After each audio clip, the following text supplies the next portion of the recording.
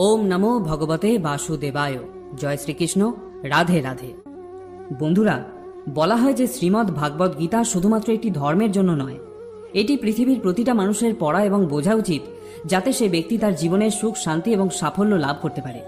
শ্রীমদ্ ভাগবত গীতায় মোট 18টি অধ্যায় রয়েছে এবং এই 18টি অধ্যায়ের শ্লোকের সংখ্যা প্রায় 700, যে শ্লোকগুলি সংস্কৃত ও শুদ্ধ বাংলা ভাষায় লেখা, তাই সবার পক্ষে পড়া ও বোঝা একটু কঠিন হয়ে পড়ে। তাই আজকের এই ভিডিওতে সহজ বাংলায় শ্রীমদ্ ভাগবত গীতার 111টি বাণীর কথা আপনাদের বলবো, যে বাণীগুলি মনুষ্য জীবনের প্রতিটি পদক্ষেপে অতি প্রয়োজনীয়। এই বাণীগুলি শুনলে আপনি শ্রীমদ্ ভাগবত গীতার প্রকৃত অর্থ বুঝতে পারবেন। তবে ভিডিও শুরু করার আগে যারা আমার এই চ্যানেলে নতুন ভিডিও দেখছেন, তারা দয়া করে চ্যানেলটিকে সাবস্ক্রাইব করবেন এবং যদি ভিডিওটি শেষ পর্যন্ত দেখে আপনাদের ভালো লাগে, তাহলে অবশ্যই ভিডিওতে একটি লাইক করতে ভুলবেন না। তাহলে চলুন দেরি না করে শুনে নেওয়া যাক শ্রীমদ্ ভাগবত গীতার অতীব প্রয়োজনীয় কিছু কথা। ভগবান শ্রীকৃষ্ণ বলেছেন, যে ব্যক্তির মধ্যে জ্ঞানের অভাব এবং ঈশ্বরে বিশ্বাসের অভাব রয়েছে, সেই ব্যক্তি জীবনে কখনো সুখ ও সাফল্য লাভ করতে পারে না। কে কি করছে, কিভাবে করছে এবং কেন করছে, এসব থেকে যত দূরে থাকবে ততই সুখে থাকবে। একজন বিবেকবান মানুষের যখন আত্মসম্মানে আঘাত লাগে, তখন সেই মানুষটিও সম্পর্কের বন্ধন ছিন্ন করে দেয়। মোহ বা টান তার উপর অনুভব করো যার উপর তোমার অধিকার রয়েছে। যার উপর তোমার অধিকার নেই, তার উপর মোহ বা টান অনুভব করাই উচিত নয়। যারা অন্যের কষ্ট বোঝে, যাদের মমতা আছে, যারা হৃদয় থেকে শুদ্ধ, তারা এই জন্ম মৃত্যু চক্র থেকে মুক্ত হয়ে যায়। তাদের আর জন্ম নিতে হয় না। তোমার কর্মই তোমার আসল পরিচয়, কারণ এক নামের তো হাজারো মানুষ থাকতে পারে। যা হবার থাকে তা হয়েই থাকে, আর যা হওয়ার নয় তা কখনোই হয় না। এই দৃঢ়তা যদি তোমার মনেও থাকে, তাহলে তোমায় কখনো দুশ্চিন্তা করতে হবে না। কর্ম এমন একটি ফসল যা একজন ব্যক্তিকে যে কোনো পরিস্থিতিতে কাটতেই হয়। তাই সর্বদা ভালো বীজ বপন করো, যাতে ফসলটাও ভালোই হয়। সদা সন্দেহকারী ব্যক্তির প্রসন্নতা পাওয়া না এ জীবনে সম্ভব, আর না অন্য জীবনে। তাই যারা অতিরিক্ত সন্দেহপ্রবণ, তাদের খুশি করা বন্ধ করো। বস্তুর সম্পর্কে চিন্তা করে মানুষ তাদের প্রতি আসক্ত হয়ে পড়ে। এই কারণে তাদের মধ্যে কামনা বাসনা তৈরি হয় এবং কামনা বাসনা বিঘ্নিত হলেই ক্রোধের উৎপত্তি হয়। আর ভগবান বলেন, রিপুদের মধ্যে সবথেকে ভয়ঙ্কর হলো এই ক্রোধ। যদি শারীরিক ও মানসিকভাবে সুস্থ থাকতে চাও, তাহলে এই ক্রোধকে বর্জন করতে হবে। মৌন থাকা বা চুপ করে থাকা তার প্রতি আপনার শ্রেষ্ঠ উত্তর, যে আপনার কথার মূল্য দেয় না। ভগবান শ্রীকৃষ্ণ অর্জুনকে বলেছিলেন, হে পার্থ, যাদের ভক্তিতে বিশ্বাস নেই, তারা আমাকে লাভ করতে না পেরে এই জন্ম মৃত্যু চক্রে ঘুরতে থাকে, এই ভৌতিক জগতে বারংবার আসতেই থাকে। হে অর্জুন, যারা আমার পরম ভক্ত, যারা সর্বদা আমাকে স্মরণ করে, একক চিত্তে আমার উপাসনা করে, আমি স্বয়ং তাদের প্রত্যেকের কল্যাণের দায়িত্ব গ্রহণ করে থাকি। যতটা সম্ভব চুপ করে থাকাই ভালো, কারণ বেশি কথা মানুষকে সবথেকে বেশি অপরাধ করতে বাধ্য করায়। হাজারটা ভালো কাজ করার পরেও যদি তুমি একটা খারাপ কাজ করো, তাহলে লোক শুধু তোমার খারাপ কাজটাই দেখবে। তাই লোকে কি বলবে তাতে কর্ণপাত করো না, নিজের কর্ম নিজে করে যাও। তুমি আজ যে কর্ম করছো, তার ফল তুমি কাল অবশ্যই পাবে। আর আজ তোমার যা কিছু আছে, তা তোমারই দ্বারা করা তোমার অতীতের কর্মের ফল। ভগবান বলেন, তোমার অতীত পরিবর্তন করার ক্ষমতা তো আমার নেই, কিন্তু তুমি যদি চাও, তোমার বর্তমানের কর্মের দ্বারা তোমার ভবিষ্যৎ আমি অবশ্যই পরিবর্তন করতে পারবো। হে পার্থ, আমি কারোর ভাগ্য তৈরি করি না, সবাই তাদের ভাগ্য নিজে তৈরি করে। ভালো কর্ম সেটা নয় যার ফল সবসময় ভালো হয়। ভালো কর্ম তো সেটা যার উদ্দেশ্য কখনো খারাপ হয় না। আর ভালো উদ্দেশ্য নিয়ে করা কাজ কখনো বৃথা যায় না। কোনো একটি কাজ করার আগে অবশ্যই চিন্তা করা উচিত, কিন্তু চিন্তা এতটা করা উচিত নয় যাতে ওই কাজটাই নষ্ট হয়ে যায়। কারণ প্রয়োজনের বেশি চিন্তা দুশ্চিন্তায় পরিবর্তন হয়ে যায়। হয় তুমি সময়ের সাথে বদলে যাও, না হলে সময়কে বদলাতে শেখো, কিন্তু ভাগ্যকে কখনো দোষারোপ করো না। যে কোনো পরিস্থিতিতে চলতে শেখো। অন্যের জীবনকে পরিপূর্ণভাবে অনুকরণ করার থেকে নিজের জীবনে অসম্পূর্ণভাবে বেঁচে থাকাও ভালো। এই সংসারে কোনো মানুষই সর্বগুণ সম্পন্ন হয় না। তাই কিছু দোষ ত্রুটিকে নজর এড়িয়ে গিয়ে সম্পর্কগুলোকে বজায় রাখার চেষ্টা করো। তোমার কেবল তোমার কর্ম করার উপরে অধিকার আছে, কিন্তু কর্মের ফলে তুমি অধিকারী নও। না তো তুমি নিজেকে তোমার কর্মের ফলের কারণ বলে মনে করবে, আর না কখনো কোনো কর্ম না করার প্রতি আসক্ত হবে। ভগবান শ্রীকৃষ্ণ বলেছেন, ন কর্মণা মনা রম্ভান নৈষ্কর্মং পুরুষঃ স্নুতে, ন চ সন্ন্যাসো না দেব সিদ্ধং সমাধি গচ্ছতি। অর্থাৎ কেবল কর্মের অনুষ্ঠান না করার মাধ্যমে কর্মফল থেকে মুক্ত হওয়া যায় না, আবার কর্মত্যাগের মাধ্যমেও সিদ্ধি লাভ করা যায় না। ন হি কশ্চিৎ ক্ষণমপি জাতু তিষ্ঠত্ব কর্মকৃত, কার্যতে হবশ কর্মসর্ব প্রকৃতির জয়ীর গুণই।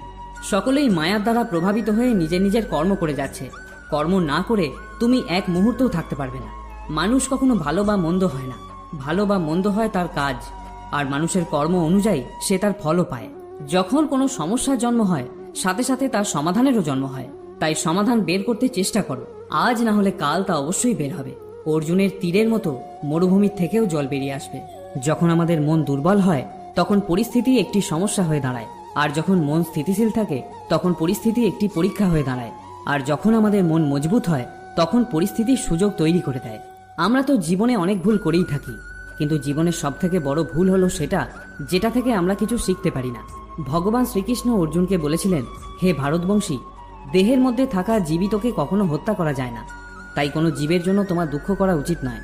মানুষের মানবতা ঠিক সেই সময় নষ্ট হয়ে যায় যখন সে অন্যের দুঃখে আনন্দ পেতে শুরু করে। সময় আমাদের শেখায়, না তো জীবন কারোর জন্য সারা জীবন অপেক্ষা করবে, না তো কেউ তোমার জন্য সারা জীবন অপেক্ষা করবে। এই পৃথিবীতে সময় আর জীবন কারোর জন্য থেমে থাকে না। জীবনও তার সাথেই খেলে যে খেলোয়াড় শ্রেষ্ঠ প্রকৃতির হয়। কষ্ট সবার একই রকম হয়ে থাকে, কিন্তু আত্মবিশ্বাস প্রত্যেকের ভিন্ন ভিন্ন হয়। কেউ হতাশ হয়ে হাল ছেড়ে দিয়ে ছিন্ন ভিন্ন হয়ে যায়, তো কেউ সংগ্রাম করে আবার জ্বলে ওঠে। মানুষকে তার কর্মের সম্ভাব্য ফলাফলের দ্বারা প্রাপ্ত জয় পরাজয়, লাভ ক্ষতি, সুখ দুঃখ ইত্যাদি সম্ভাব্য পরিণতির কথা ভেবে চিন্তাগ্রস্ত হওয়া উচিত নয়। এই ধরাধামে মনুষ্য জীবন প্রাপ্ত হলে তাকে কর্ম করতেই হবে। শ্রীকৃষ্ণ ভগবান হয়েও এই কর্মের নিয়তি চক্র থেকে কখনো রেহাই পাননি। তিনি সারা জীবন কর্ম করে গেছেন। তাই তো তিনি অর্জুনকে বলেছিলেন, ন মে পার্থাস্তি কর্তব্যং ত্রিষু লোকেষু কিঞ্চন নানা ব্যাপ্তম ব্যাপ্তব্যং বর্ত এবচ কর্মণি। হে পার্থ, এই ত্রিজগতে আমার কিছুই কর্তব্য নেই, আমার অপ্রাপ্তও কিছু নেই এবং প্রাপ্তব্যও কিছু নেই, তবুও আমি কর্ম করে যাচ্ছি। কারণ আমি যদি অনলস হয়ে কর্তব্য কর্মে প্রবৃত্ত না হই, তাহলে আমাকে অনুকরণ করে সমগ্র মনুষ্যজাতি তাদের কর্মও ত্যাগ করবে। যদি তুমি তোমার ভুল থেকে কিছু শিখতে পারো, তাহলে সেই ভুলগুলি হবে তোমার ওপরে ওঠার সিঁড়ি। আর যদি তুমি তোমার ভুল থেকে কিছু শিখতে না পারো, তাহলে সেই ভুলগুলি সমুদ্র হয়ে যাবে। এখন সিদ্ধান্ত সম্পূর্ণ তোমার, তুমি ওপরে উঠবে নাকি নিচে ডুববে। মানুষ হলো নশ্বর দেহের অধিকারী। মানুষ যেমন পুরাতন বস্ত্র পরিত্যাগ করে নতুন বস্ত্র পরিধান করে, ঠিক তেমনি আত্মাও পুরনো অসার শরীর ত্যাগ করে নতুন এক ভৌতিক শরীর ধারণ করে। তাই কারোর জন্য তোমার শোক করা উচিত নয়। মনে রেখো, শরীর নশ্বর হলেও আত্মা অবিনশ্বর হয়। এই আত্মাকে অস্ত্র দ্বারা ছেদন করা যায় না, জল দ্বারা সিক্ত করা যায় না, বাতাস দ্বারা শুষ্ক করা যায় না, আবার অগ্নি দ্বারা দগ্ধও করা যায় না। তাহলে কিসের এত শোক, কিসের এত চিন্তা? জীবনের সমস্যাগুলো ততটা শক্তিশালী হয় না যতটা আমরা আগে থেকে মনে করে নিই। কখনো কি শুনেছ যে অন্ধকার সকাল হতে দেয়নি? এটা জরুরি নয় যে প্রত্যেকবার তোমার কথাকে সঠিক বলেই মনে করা হবে। তাই মাঝে মাঝে নিশ্চুপ থাকতেও শেখো। যে যত শান্ত প্রকৃতির হয় সে ততই গভীরভাবে তার বুদ্ধির প্রয়োগ করতে পারে। সমালোচনাকে ভয় পেয়ে কখনোই নিজের লক্ষ্য ত্যাগ করবে না, কারণ যারা সমালোচনা করে তাদের মতামত লক্ষ্য অর্জনের সাথে সাথেই পরিবর্তন হয়ে যায়। তোমার পরাজয় এবং জয় তোমার চিন্তার উপরেই নির্ভর করে। যদি তুমি মেনে নাও তবে তোমার পরাজয়ই হবে, কিন্তু যদি তুমি দৃঢ় প্রতিজ্ঞ হও তাহলে তুমি বিজয়ী হবে। সব থেকে বিচক্ষণ ও স্থির মনের মানুষ তারাই হয় যারা সফলতায় গর্বিত হয় না, আবার ব্যর্থ হলে দুঃখে ডুবেও যায় না। যদি তোমার প্রশংসা করা হয় তবে তোমার আরও সতর্ক হওয়া দরকার। জীবনে কখনো কারোর সঙ্গে নিজেকে তুলনা করবে না। মনে রাখবে, তুমি যেমনই হও সেটাই সর্বশ্রেষ্ঠ। যে মানুষ মনকে জয় করতে শিখেছে তার কাছে তার মনই সবথেকে ভালো বন্ধু, কিন্তু যে এটা করতে পারে না তার কাছে তার মন সবথেকে বড় শত্রু হয়ে ওঠে। জীবনে যে নেতিবাচক চিন্তা আসবে এটা নিশ্চিত, কিন্তু এটা তোমার উপর নির্ভর করে যে তুমি তাদের কতটা গুরুত্ব দেবে। সর্বদা মনে রাখবে, ভালো দিন পাওয়ার জন্য তোমাকে খারাপ দিনের সাথে লড়াই করতেই হবে। জীবনে কোনো কিছুই চিরস্থায়ী নয়, তাই কঠিন সময়ে কখনো ভেঙে পড়ো না। খুব তাড়াতাড়ি সমস্যার মেঘ কেটে গিয়ে সমাধানের সূর্যের উদয় হবেই, কারণ এই পৃথিবীতে সবকিছুই পরিবর্তনশীল। যে ব্যক্তি মনকে জয় করতে শিখেছে সে ইতিমধ্যেই পরমাত্মাকে লাভ করতে শিখেছে। এমন ব্যক্তির কাছে সুখ দুঃখ, শীত গরম, সম্মান অসম্মান সবই একরকম। যে যাই বলুক না কেন, নিজেকে সবসময় শান্ত রাখার চেষ্টা করো, কারণ সূর্যের উত্তাপ যতই প্রখর হোক না কেন তাতে সমুদ্রের জল কখনো শুকিয়ে যায় না। জলে ভাসমান নৌকা যেমন ঝড়ের আঘাতে নিজের লক্ষ্য থেকে দূরে সরে যায়, ঠিক সেরকমই অতিরিক্ত আনন্দ মানুষকে ভুল পথে চালিত করে। ভগবান শ্রীকৃষ্ণ অর্জুনকে বলেছিলেন, হে অর্জুন, একজন ব্যক্তি যা ইচ্ছা তাই হতে পারে যদি সে অবিরত বিশ্বাসের সঙ্গে কাঙ্ক্ষিত জিনিসের ওপর ধ্যান করে। আমাদের অতীত এবং ভবিষ্যতের কথা চিন্তা করে সময় নষ্ট করা উচিত নয়।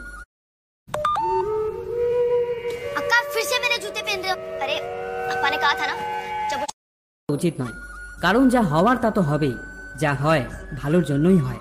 তাই অতীত ও ভবিষ্যতের চিন্তা না করে বর্তমানেই বাঁচতে শেখা উচিত। পরিবর্তনই হলো সংসারের নিয়ম, এখানে সমস্ত কিছুই পরিবর্তনশীল। তাই সুখ দুঃখ, লাভ ক্ষতি, জয় পরাজয়, মান অপমান ইত্যাদির মধ্যে একটি স্থানে অবস্থিত থেকে জীবনকে উপভোগ করা উচিত।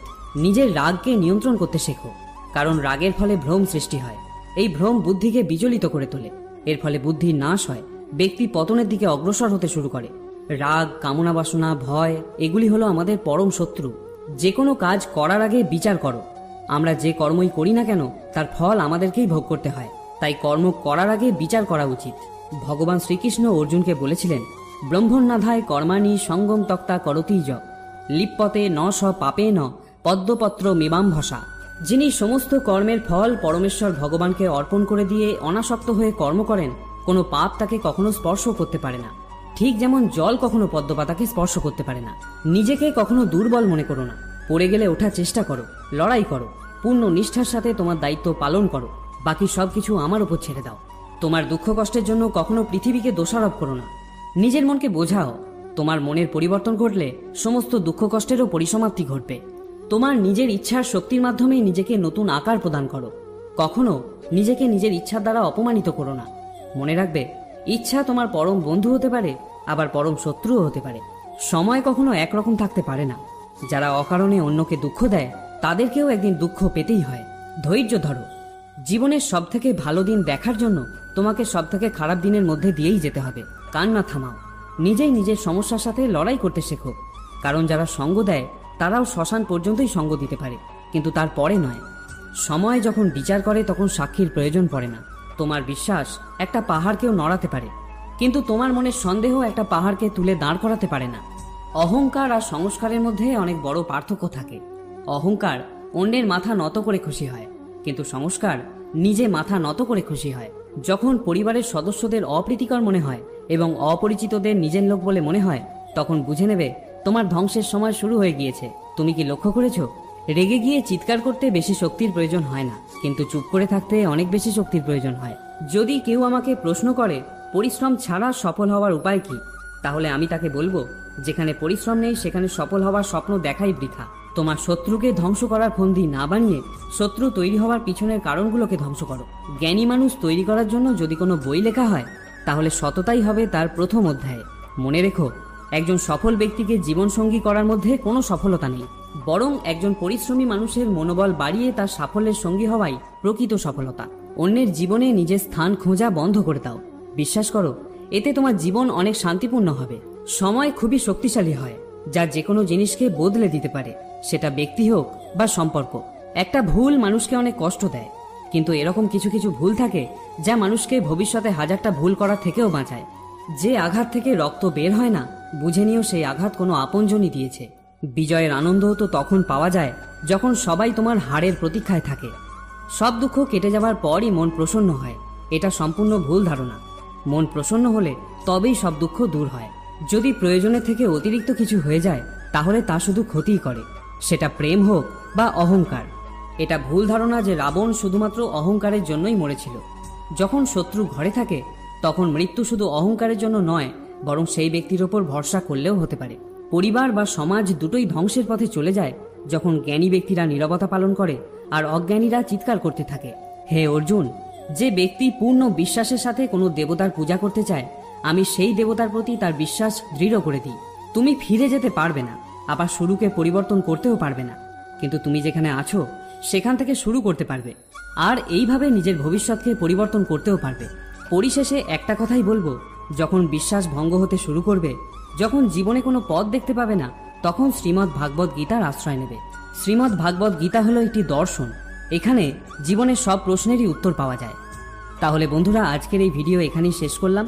যদি ভিডিওটি আপনাদের ভালো লেগে থাকে তাহলে একটি লাইক করতে ভুলবেন না, আর যারা চ্যানেলে নতুন ভিডিও দেখছেন তারা অনুগ্রহ করে চ্যানেলটিকে সাবস্ক্রাইব করবেন। আবার দেখা হবে পরে আরেকটি ভিডিওতে। ততক্ষণের জন্য ভালো থাকুন, সুস্থ থাকুন। জয় শ্রীকৃষ্ণ। রাধে রাধে। সাবস্ক্রাইব করুন মহাকাল বিটু।